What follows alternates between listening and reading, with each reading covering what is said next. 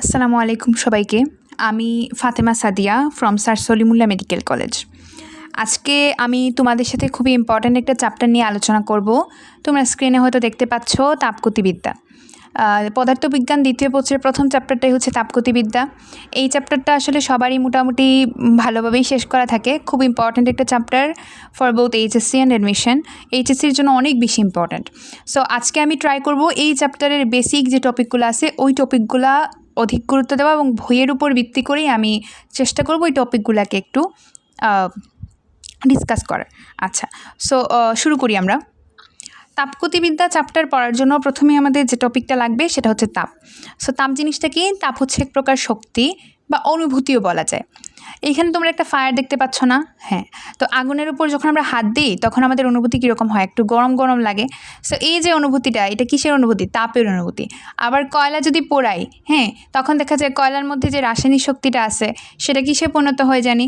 তাপ শক্তিতে পরিণত হয়। সো একটা থেকে আরেকটা শক্তিতে পরিণত হচ্ছে এবং একটা শক্তিই তো আমরা পাই, তার মানে তাপও কি এক প্রকার শক্তি। আচ্ছা, ওকে।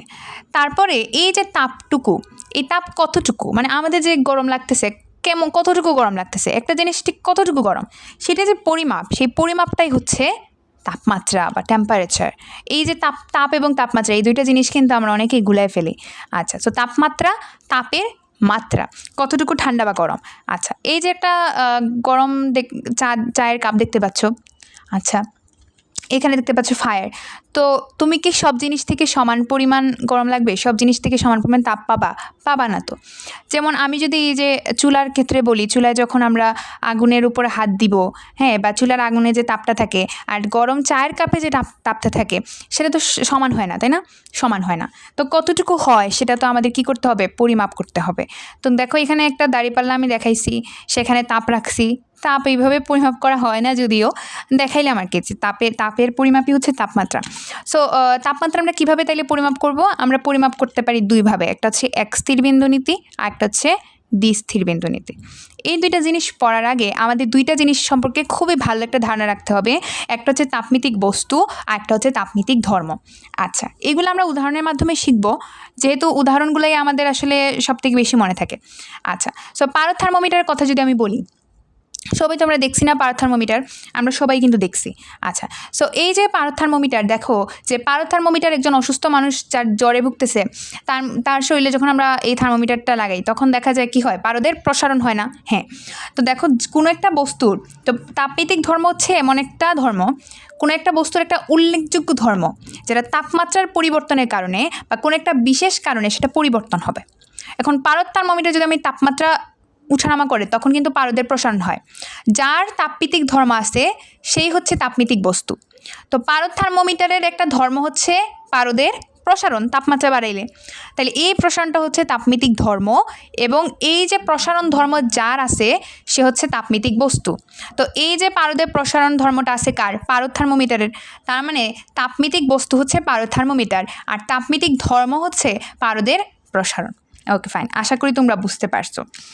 আচ্ছা, সো এরপরে আমরা যাই।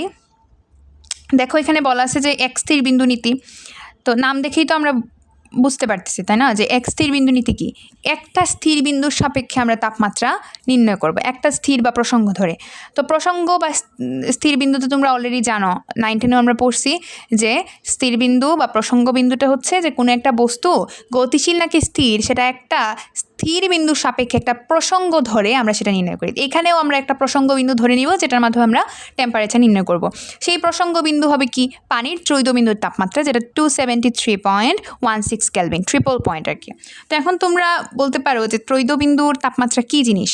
আচ্ছা, তো ইসাক স্যারের বইয়ে খুব ভালোভাবেই লেখা আছে, তোমরা দেখতে পারবা, ইসাক স্যারের বই আছে।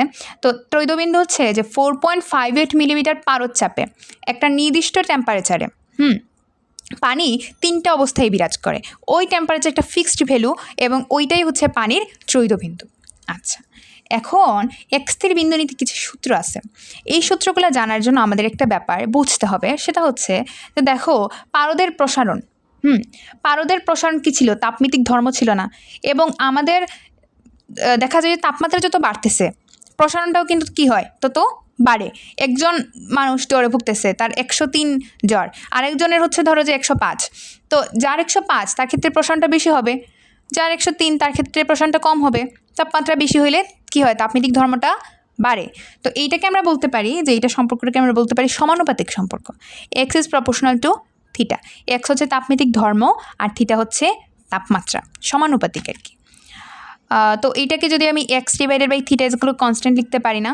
পারি, কারণ আমরা জানি সমানুপাতিক চিহ্ন উঠে গেলে একটা কনস্ট্যান্ট আসে, সেটা থেকেই লিখতে পারি। For triple point we can say যে X TR is proportional to theta TR, সেখান থেকে আগের মতোই এটা লিখতে পারি। তারপরে আমরা দুইটা সমীকরণকে একসাথে করলাম, করার পরে x divided by theta is equal to x TR divided by theta TR. সেখান থেকে দেখো আমাদের কোয়েকশনে কিন্তু থিটা বের করতে বলবে, প্রায় কোয়েকশনে এক্সও বের করতে বলতে পারে। এক্স আর থিটা হচ্ছে যে কোনো স্কেলের জন্য, আর এক্স টি আর থিটা টি আর মানে হচ্ছে মানে যে কোনো স্কেলের জন্য এটা এক্স টি আর থিটা টি আর মানে হচ্ছে ত্রৈধ বিন্দুতে একটা নির্দিষ্ট বিন্দুতে দেওয়া আছে। এই মানগুলো অলমোস্ট আমাদের জানাই থাকে বা দেওয়াই থাকে। আর বের করতে বলে কোনগুলা, বাম সাইডেরগুলো। তো আমরা জাস্ট থিটাকে বেশি প্রায়োরিটি দিই। তো থিটা ইজগুলো X divided by X T R into theta T R, এটা এই পাশে নিয়ে জাস্ট আমরা করে ফেলছি। ওকে, আচ্ছা এখন দেখো আমরা তাহলে এক্স বিন্দু নীতি তো আমাদের শেষ, তাই না? হ্যাঁ, এখন আমরা দ্বিস্থির বিন্দু নীতি বা দুই স্থির বিন্দু নীতিটা শুরু করব। দুই স্থির বিন্দু নীতির নামের মধ্যেই বোঝা যায় দুইটা বিন্দুকে স্থির বা প্রসঙ্গ ধরে নেওয়া হয়। একটা কি বলতো, ঊর্ধ্বস্থির বিন্দু, ভাস্পবিন্দু, স্টিম বিন্দু বা কি স্ফুটনাঙ্ক, যেটা পানির জন্য 100 ডিগ্রি সেলসিয়াস। আর আরেকটা বিন্দু হচ্ছে নিম্নস্থির বিন্দু বা গলনাঙ্ক বা বরফ বিন্দু, পানির জন্য 0 ডিগ্রি সেলসিয়াস। এই দুইটা জিনিস আমাদের অলরেডি জানা আছে। আচ্ছা, তো এইটা থেকে আমরা একটা সূত্র পাই, যেটা হচ্ছে ইসাক স্যারের বই আছে, theta minus theta ice divided by theta steam minus theta ice is equal to X minus X ice divided by X steam minus X ice. Okay, তো দেখো যে রোদ থার্মোমিটারের জন্য এক্সটা হচ্ছে মূলত কি, রোদ। আচ্ছা, মানে রোদ থার্মোমিটারে এই যে তার তাপমিতিক ধর্ম যেটা, সেটা কি রোদ, কারণ রোদের চেঞ্জ হয়। তো theta minus theta ice divided by theta steam minus theta ice is equal to R theta minus R theta ice divided by R theta steam minus R theta ice. মানে হচ্ছে এই যে আইস বলতে কি নিম্নস্থির বিন্দুতে রোদ, আর আর থিটা স্টিম মানে কি স্টিমে রোদ। আচ্ছা, তো এগুলো পারবা ইনশাল্লাহ। তারপরে যাই আমরা, ওকে, সেলসিয়াস স্কেলে পানির জন্যই তো আগেই বলছি 0 ডিগ্রি সেলসিয়াস 100 ডিগ্রি সেলসিয়াস। আচ্ছা, এরপরে কী আছে, ওই যে সমীকরণটাতে এটা জাস্ট বসাইছে। তোমরা দেখবা ইসহাক স্যারের বইয়ে এইটা কিন্তু দেওয়া আছে। হ্যাঁ, দেওয়া কীরকম দেওয়া, যে theta is equal to R theta minus R theta ice divided by R theta steam minus R theta ice. যদিও বইয়ে বলছে যে থিটা আইস না লিখে ওইখানে 0 ডিগ্রি দিয়ে দিছে। হ্যাঁ, আর নিচে লিখছে আর থিটা স্টিমের জায়গায় আর 100 দিছে, ইন্টু 100 দিছে পাশে, বুঝছো? তো এইখানে এই নিচ থেকে ওইখানে জাস্ট গুণ করে দিছে। আচ্ছা, এগুলো তো তোমরা বুঝবা, দেখলেই বুঝবা। তো এখান থেকেই আসছে আর কি ওইটা। আচ্ছা, ফাইন। তারপরে চলো এবার আমরা কিছু ম্যাথ করি, কারণ ম্যাথ না করলে আসলে এই সূত্রগুলা পড়ে লাভ নাই, যদি এই ম্যাথগুলো খুব কম আসে, এমসিকিউতে আসতে পারে। আচ্ছা, তো দেখো এখানে কি বলছে, ত্রৈধ বিন্দুতে পারদ থার্মোমিটারে প্রসারণ 10 ml, যখন প্রসারণ 50 ml তখন তাপমাত্রা কত? তার মানে আমাকে বলছে পানির ত্রৈধবিন্দু যদি বলা আছে, পানি ত্রৈধবিন্দু এটা আর কি।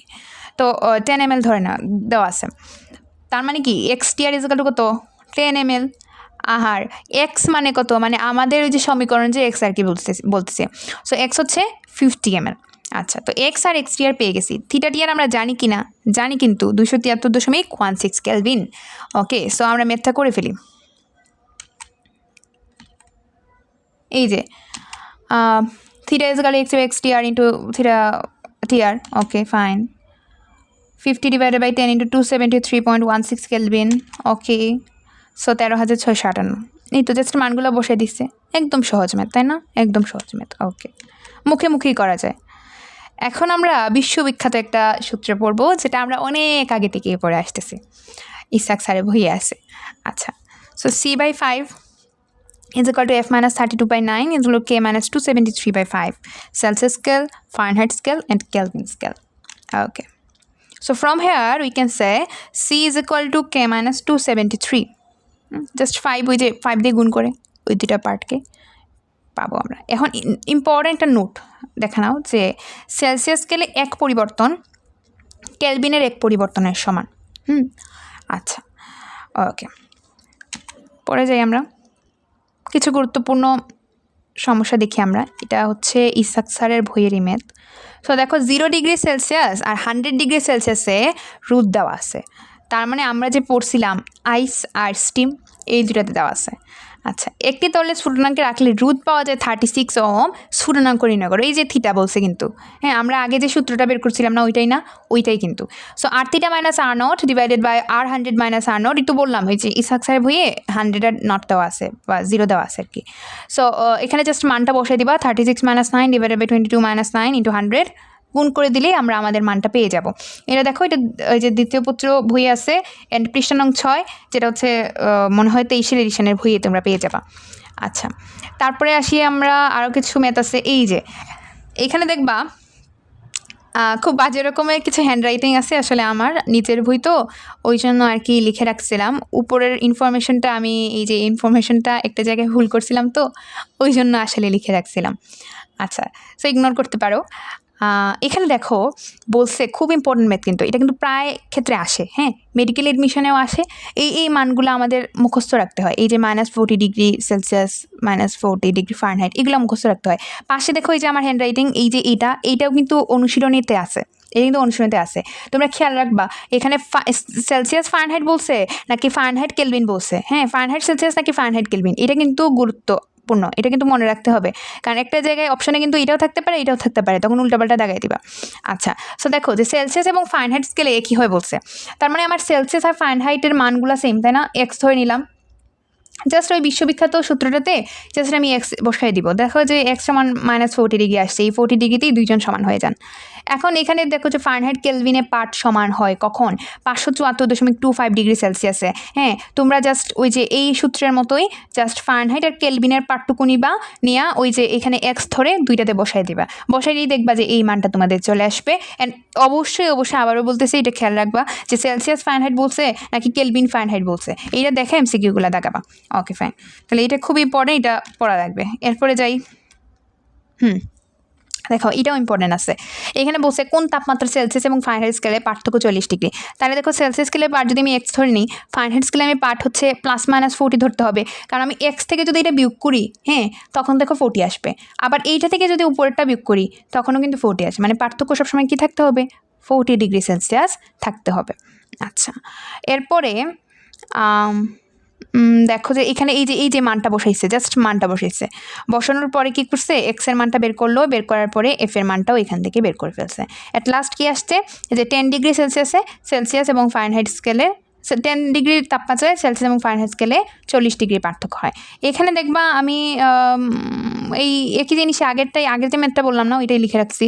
আবার এখানে দেখবো একটা শর্টকাট লেখা আছে, এই শর্টকাটটা del C divided by 100, del F divide by 180, del K divided by 100। তো এটা হচ্ছে সেলসিয়াস স্কেলে পার্থক্য ইজ ইকুয়াল টু, এইটা হচ্ছে ফারেনহাইটে পার্থক্য, এটা হচ্ছে কেলভিনে পার্থক্য। আমি আগে একটা কথা বলছিলাম না যে সেলসিয়াসে একের জন্য এক পরিবর্তন আর কেলভিনে এক পরিবর্তন সমান, এটা ওই থেকে আসছে, যে 100 কেটে দিয়ে এটা থেকে আসছে। আচ্ছা ফাইন, তো সোর্সটা দেখে নিবা তোমরা, দ্বিতীয় পত্রে 23 এডিশনের বই আছে। আচ্ছা, তো পরে আমরা যাই দেখি কি আছে। ও আচ্ছা, এটা তো ওই আগের ম্যাথটাই, হ্যাঁ ওটা তো আগের ম্যাথটাই। একটি প্লাটিনাম রোদ থার্মোমিটারে 0 ডিগ্রি সেলসিয়াস তাপমাত্রায় 2.57 ওহম এবং 100 ডিগ্রিতে এত ওহম পার ডে। তারপরে এটা মনে হয় একটু কেটে গেছে, হ্যাঁ আচ্ছা ওই পাশ থেকে আমরা ডান পাশ থেকে দেখে নিই, 33.3 ডিগ্রি সেলসিয়াস। তো এততে কত পার্ট দিবে? তার মানে আমাকে কী বলছে বলো তো, রোদ বের করতে বলছে। আগে কিন্তু আমাদের থিটা বের করতে বলছিল, এবার কি বলছে, রোদ বের করার জন্য। তাহলে RT = 2.889 ওহম। আচ্ছা, সো থিটার জায়গায় জাস্ট 33.3 বসাই দিব, আর RT জাস্ট এখানে আলাদা করে জাস্ট আমরা মানটা বের করে নেব। এটা ইনশাল্লাহ তোমরা পারবা। সো তোমাদের জন্য এতটুকুই, আশা করি ভালো লাগছে তোমাদের, এতক্ষণ তোমরা সাথে ছিলা ধৈর্য ধরে, তোমাদের অনেক বেশি ধন্যবাদ। আমার জন্য দোয়া করবা, তোমাদের জন্য শুভকামনা রইল। আসসালামু আলাইকুম।